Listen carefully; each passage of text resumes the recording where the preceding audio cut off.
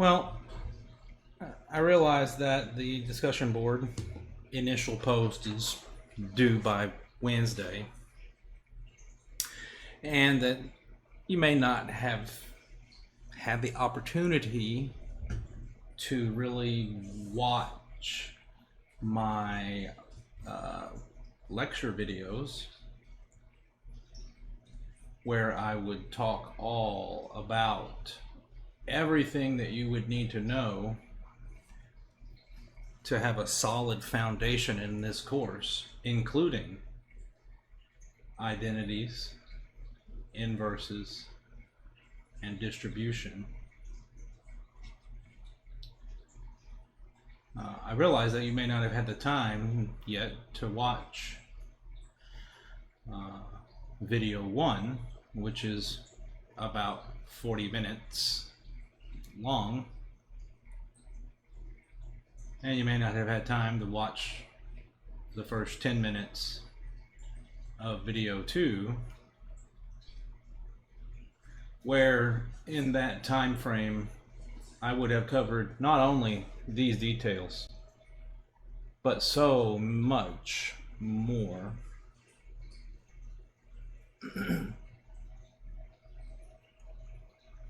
And I know it's hard to watch those videos because my voice is so monotonous and math is so boring and confusing anyways. But please don't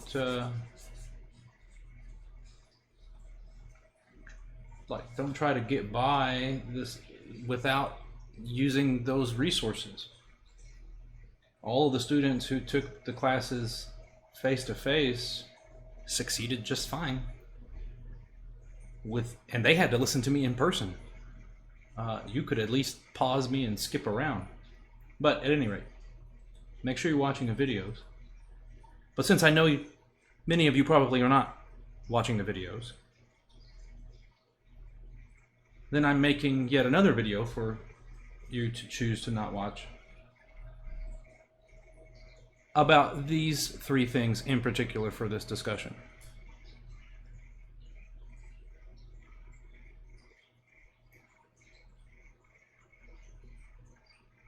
In math, particularly in algebra,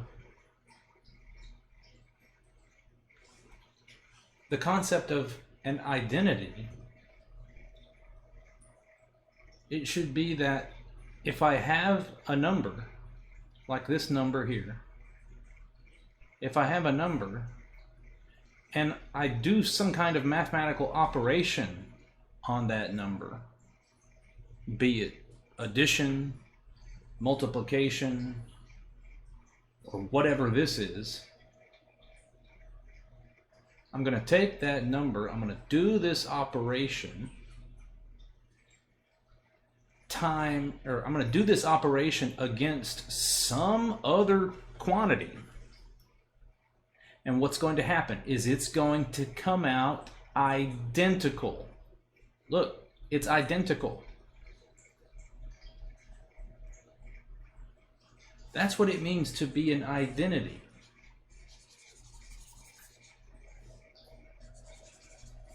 That's what it means to be an identity. I'll use this capital I for identity. This number with this operation rubbed up against this identity gives you something identical.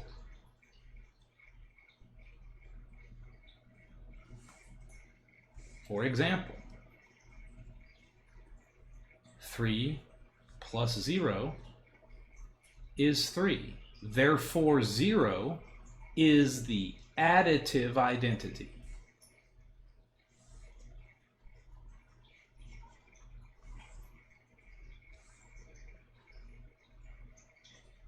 Or another example,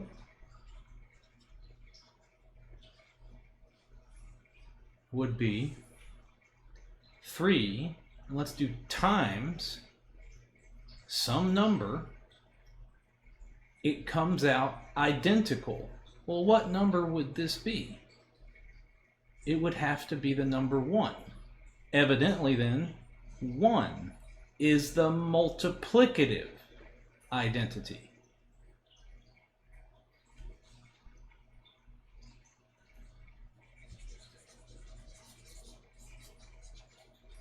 When it comes to inverses,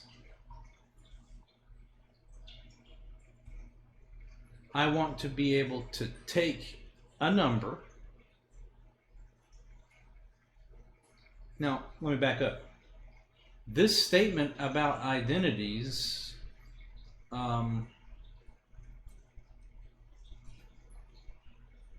so what I want to say is every number A, every number has an additive identity and a multiplicative identity.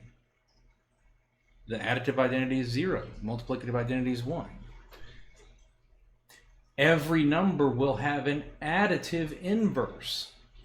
If I take some number, I want to be able to add this other number.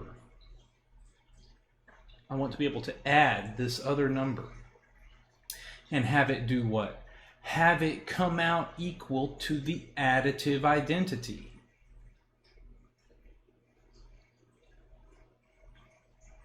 That number would necessarily be negative A.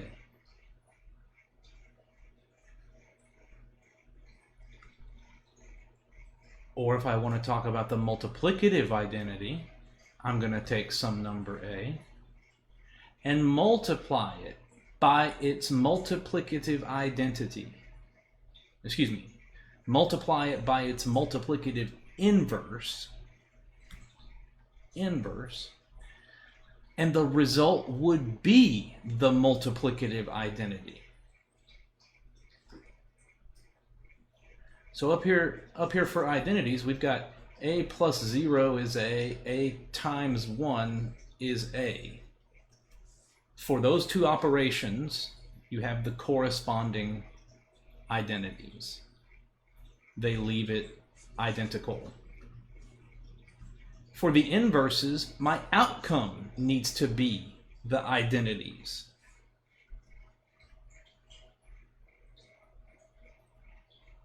And the only choice for what the inverse of A would be is the reciprocal of A. And naturally, this would only work if A is not 0. If A is 0, it won't work. That means that 0 does not have a multiplicative inverse. And this concept is directly related to why you can't divide by 0. Watch the recorded lectures for more information. Now, let's talk distribution. It is rare. It is very rare that someone properly demonstrates distribution.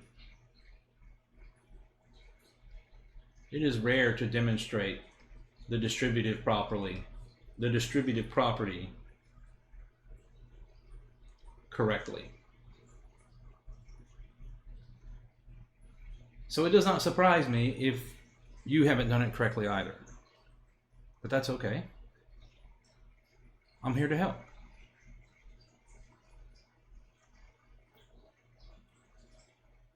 If we have dreamt up an example like 3 times 4 plus 5, and you are asked to demonstrate the distributive property, that doesn't mean to give me a performance of the distributive property. That means for you to verify the equality.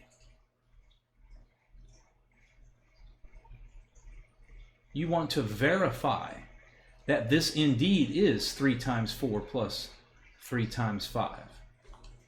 Not demonstrate it, verify it. Well, so it's an ambiguity, I guess, of the word demonstrate. You don't want to give me a performance of the distributive property. That's not what we mean by demonstrate it. We mean for you to verify that it's true, which means that you cannot invoke it in the course of verifying it.